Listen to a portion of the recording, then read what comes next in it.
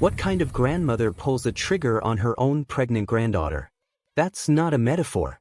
That's not a legend whispered in a barbershop or a church basement. That happened in Memphis, Tennessee. A woman who had spent her entire life carrying other people's burdens. A woman who buried her daughter, raised her granddaughter, held her family together with the thinnest threads of faith and obligation. A woman who should have been knitting baby blankets, not clutching a loaded handgun. And yet one suffocating summer night, just after the streetlights flickered on and the cicadas started whining in the trees, she stepped onto her front porch, raised a pistol, aimed at the girl she had once rocked to sleep, and fired. But here's what makes this story more twisted than anything you're imagining. It wasn't an accident.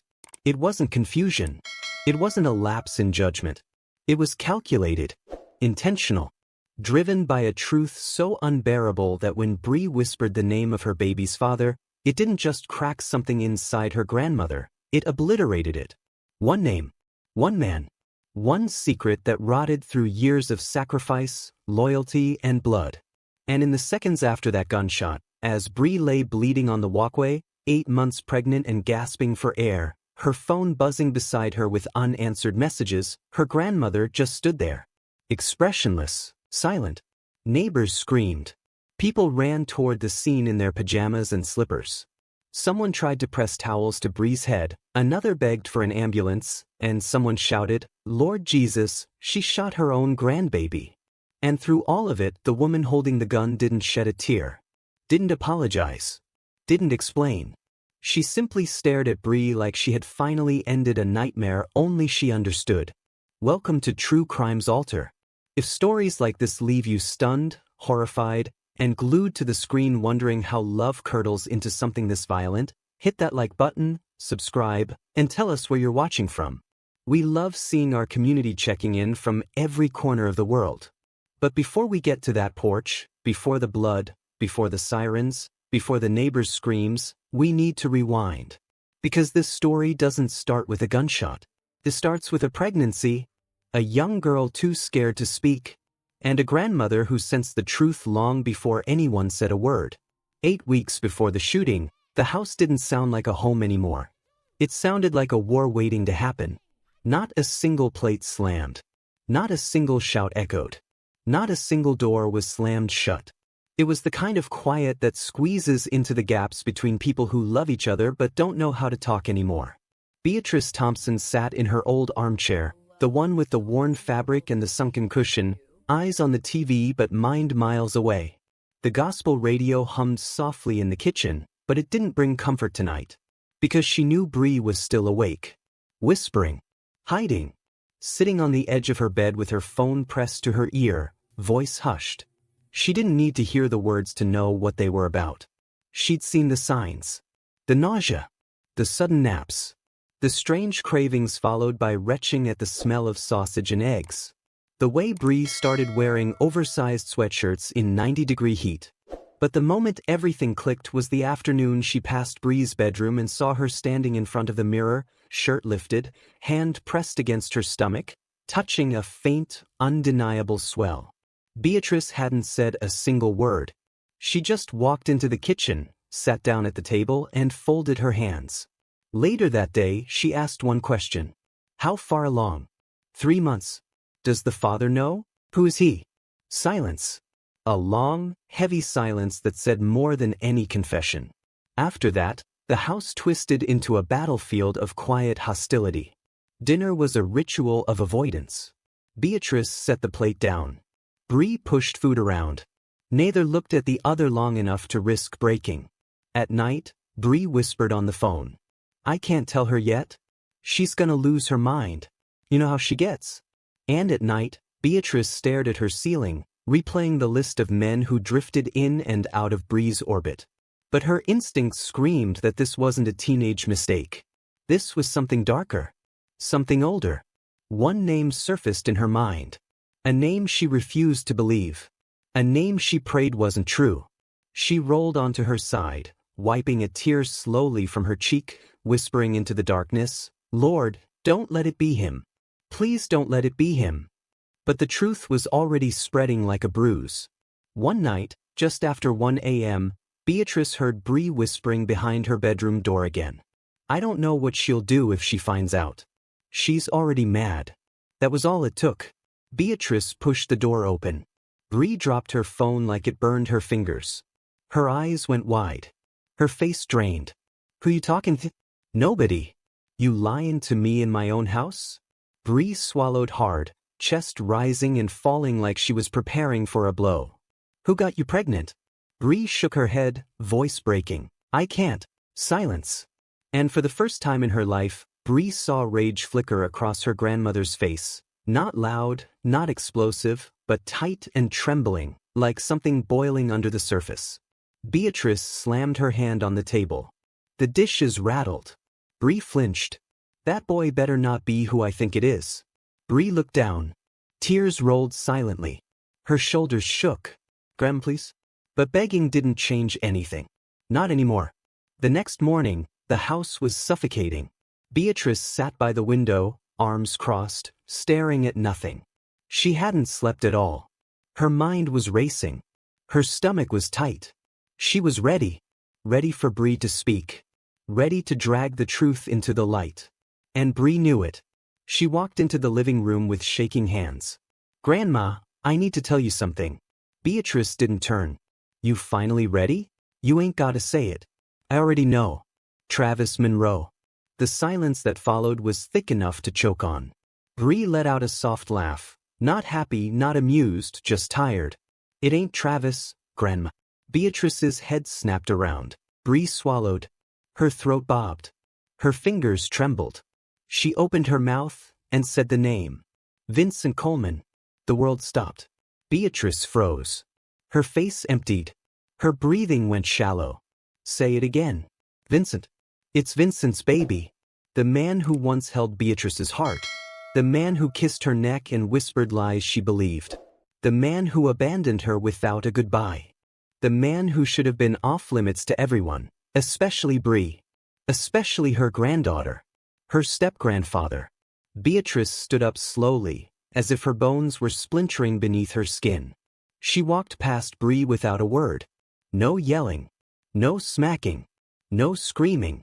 Just a silence louder than violence. She closed herself into her room and disappeared. And Bree, terrified, shaking, breath stuttering, stepped out onto the porch, texting her best friend with trembling fingers. It's done. I told her. I don't know what she's gonna do.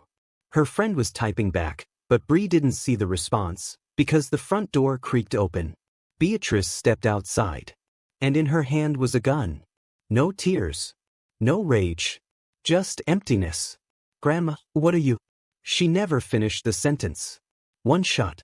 One scream. One life ending beside the phone she dropped on the steps. And that is where the world caught up to their secret. The gunshot didn't just echo across the porch, it tore through the entire neighborhood like a siren before the sirens ever arrived. A sound sharp enough to yank people out of sleep, stop conversations mid-sentence, freeze children in their tracks. Mrs. Loretta was the first to run barefoot into the street, her robe flapping around her ankles. She saw Bree's body before she saw anything else, the way her limbs splayed unnaturally, the blood blooming beneath her head, the phone buzzing helplessly near her fingers. For a moment she didn't even register the figure standing behind her, framed by the porch light. But when her eyes lifted, when she saw who still held the gun, she screamed so loud the neighbors said it rattled windows. Beatrice, what did you do? But Beatrice didn't answer. She didn't blink. She didn't step back into the shadows or drop the weapon in panic. She simply stood there, breathing slow and steady, watching Bree's blood darken the wood of the steps.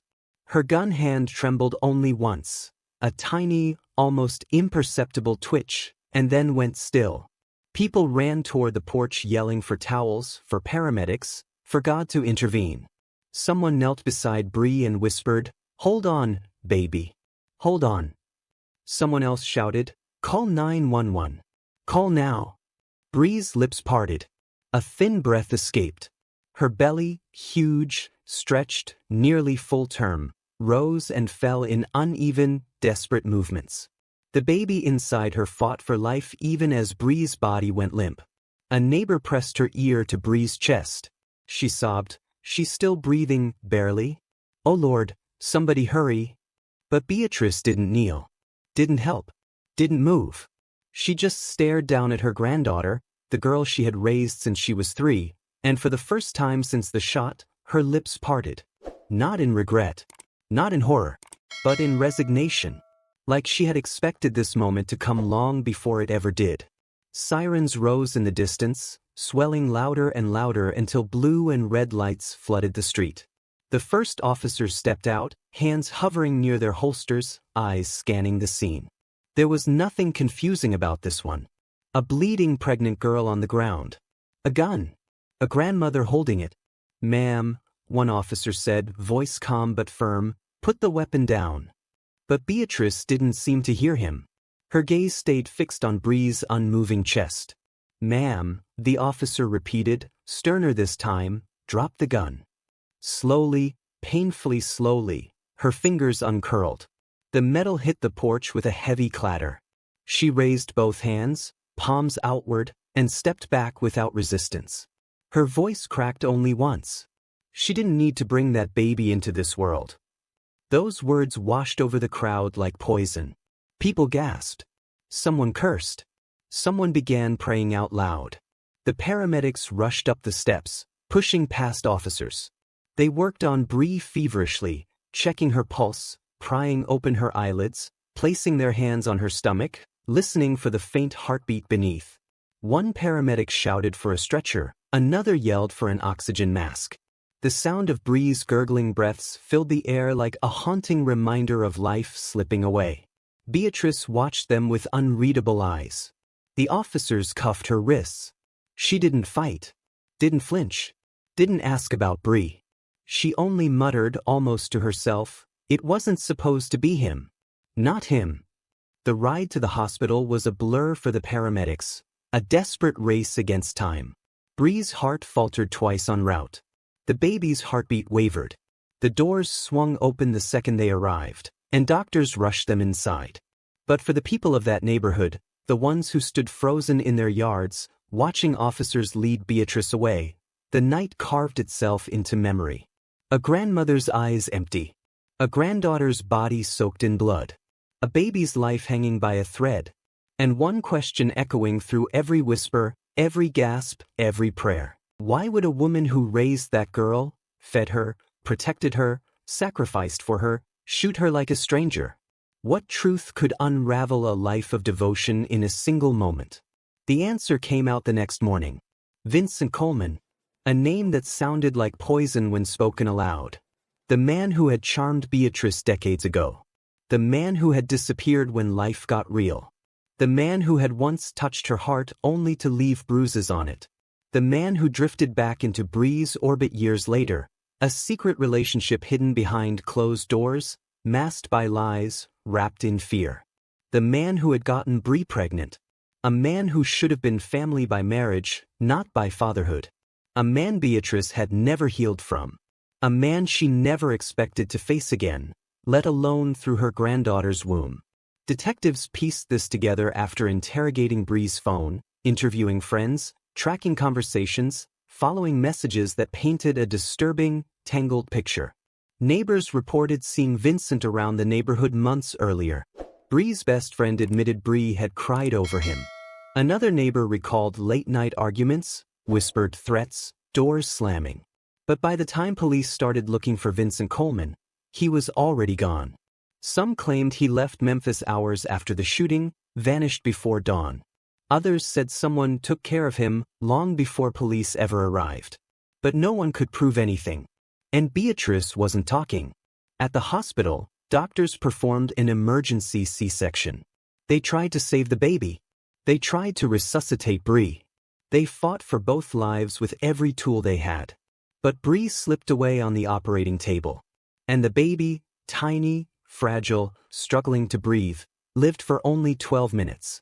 2 lives extinguished in the same hour. When the news reached Beatrice in the holding cell, she didn't collapse. She didn't scream. She didn't break. She just closed her eyes and whispered, "Good." Her interrogation was chilling. Detectives pressed her, demanded explanations. Asked if Vincent had forced himself on Bree. Asked if she believed the relationship was consensual. Asked what she thought had happened inside that house. But Beatrice answered only one question with certainty. Would you do it again? She exhaled slowly and nodded. If it meant stopping that child from being born into his blood, yes. Her voice didn't tremble. There were no excuses. No apologies. No remorse. Just a woman who believed her pain, her past, her heartbreak, her trauma gave her the authority to decide who deserved to live. Meanwhile, the community was torn in half. Some called her a monster. Some called her mentally unstable. Some called her a protector pushed to her breaking point. But everyone had an opinion, and none of the opinions could bring Bree or her baby back. As the trial approached, the story spread across Memphis, then across Tennessee, then across the country. Talk shows debated her motives. True crime blogs dissected every detail. People argued endlessly. Was it murder? Was it insanity? Was it vengeance? Was it something darker? In the courtroom, Beatrice sat stiff and silent, dressed in her tan prison uniform, hands folded neatly in her lap. Her face didn't show rage. It didn't show grief. It showed nothing. Like she had already accepted whatever fate waited for her. The prosecutor laid out the facts with precision. The pregnancy. The confrontation. The gun. The shot. The intent. They played Bree's final text messages for the jury. They showed pictures of the porch soaked in blood. They presented medical testimonies. They showed the ultrasound results. A baby who never got a chance at life. And then they said the name Vincent Coleman. Gasps filled the courtroom. Beatrice didn't react. Not even when her attorney touched her arm gently. Not even when Bree's friends cried on the stand. Not even when the judge recited the charges. It took the jury less than 3 hours. Guilty of first-degree murder. Guilty of the killing of an unborn child. Sentenced to life in prison. Beatrice nodded once, as if she'd been expecting it since the moment she pulled the trigger. Officers stood her up. Cuffed her wrists. Led her away. She didn't look back at the courtroom. She didn't seek out a familiar face. She didn't shed a tear. Because in her mind, she had already delivered her own judgment long before the court did. When the verdict was read and the courtroom emptied, people spilled into the hallway still arguing, still whispering, still stunned by what they just witnessed. A grandmother sentenced for murdering her own blood. A baby erased before taking a full breath. A man at the center of it all who had quietly vanished like smoke. Reporters filed their stories. The neighborhood buzzed with theories. Social media exploded. But Vincent Coleman stayed gone. Detectives searched the places he used to stay, the bars he frequented, the cars he drove, the old friends who'd sheltered him before. They pulled surveillance footage from gas stations, interviewed clerks who barely remembered faces, checked bus stations, airports, trail stops. Nothing. Vincent didn't run. Vincent evaporated. His disappearance only poured gasoline on the fire of speculation. Rumors grew legs. Some people swore they'd seen him hopping on a Greyhound heading south. Others insisted they saw a body go into the river that week, only nobody reported a body missing. Some whispered he'd been dealt with by people who didn't want him talking. Others believed he was living quietly in another state, pretending none of this ever happened. But one rumor echoed louder than all the others. Beatrice knew where he was. Prosecutors couldn't prove it. Detectives couldn't extract a word from her. They tried every tactic, gentle talks, aggressive questioning, emotional appeals, but she refused to acknowledge Vincent's absence. When the lead detective leaned close and asked, "Is he alive?" Beatrice just blinked slowly and said, "He ain't your concern." The detective asked, "What does that mean?" She looked him dead in the eyes. "It means what it means." Her attorney begged her to stop talking, but Beatrice didn't care. She knew no one could add more years to a life sentence. But the truth, or whatever version of it she held, went with her behind bars. In the weeks after the trial, Memphis tried to return to normal, but the case clung to the community like a stain. Mothers hugged their daughters tighter. Girls walked home in groups. People watched their neighbors differently. They whispered about secrets, about betrayal, about the invisible lines families cross when no one is watching. And they whispered about Vincent. Some said he was a predator, someone who slipped into Bree's life through manipulation and charm. Others swore Bree went to him willingly, that she was young, lost, and looking for affection in the wrong places. But everyone agreed on one thing.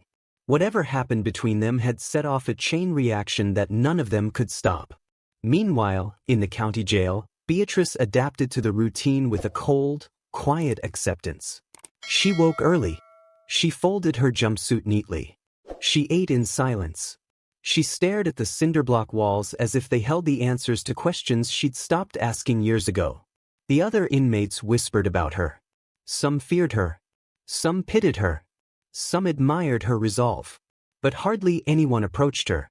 There was something about her stillness, the same eerie calm she'd shown on the porch with the gun in her hand, that warned people not to cross her. It was the stillness of someone who had already broken long before she ever set foot in a cell. One afternoon, a young officer delivering lunch trays paused outside her door. She looked up at him, eyes dark and dull. "You ever regret it?" he asked before he could stop himself. She didn't blink. She didn't sigh. She didn't soften. She said, "I regret he touched her. I regret shooting her. I regret killing the baby. I regret ruining the family. I regret he touched her." The officer never asked another personal question again. Outside the jail walls, Bree's funeral was held at a small church just 2 blocks from the home she grew up in. The sanctuary overflowed.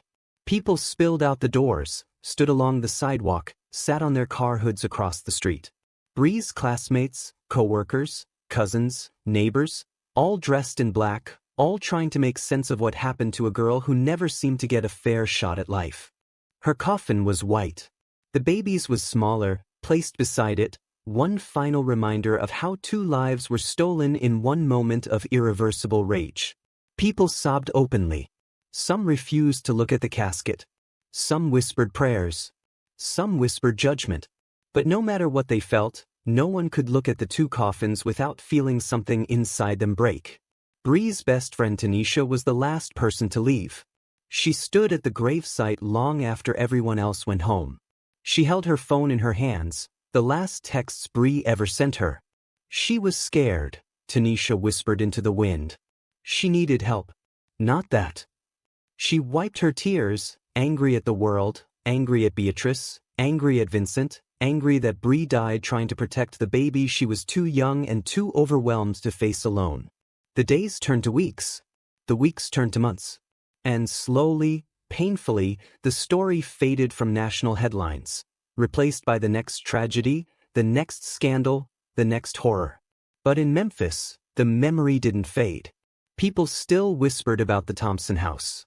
Drivers slowed down when passing the porch. Neighbors still paused when they caught glimpses of the steps where Bree fell. The stain was scrubbed away, but the memory remained, invisible but heavy. And every so often, someone would ask the same question. What exactly happened behind those closed doors? No one knew the full truth. Not even the detectives. Not even the neighbors. Not even Tanisha, who had been Bree's confidant since middle school. The only 2 people who had the full story were gone. One buried. One imprisoned. But the absence of answers didn't stop people from imagining them.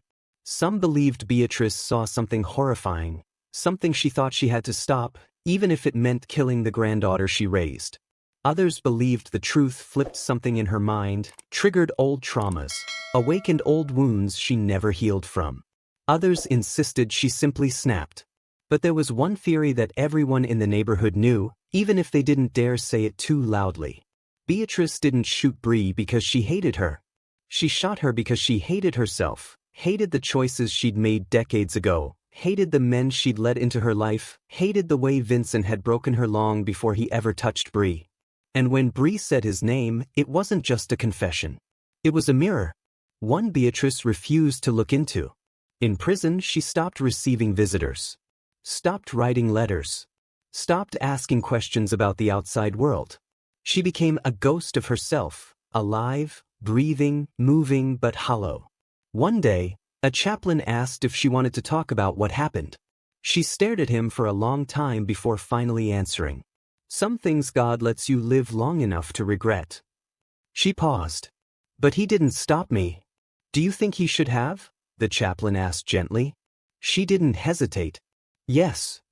But the chaplain saw the truth in her eyes. She didn't want forgiveness. She didn't want understanding. She didn't want redemption. She wanted silence. The same silence that filled her home in those final weeks with Bree.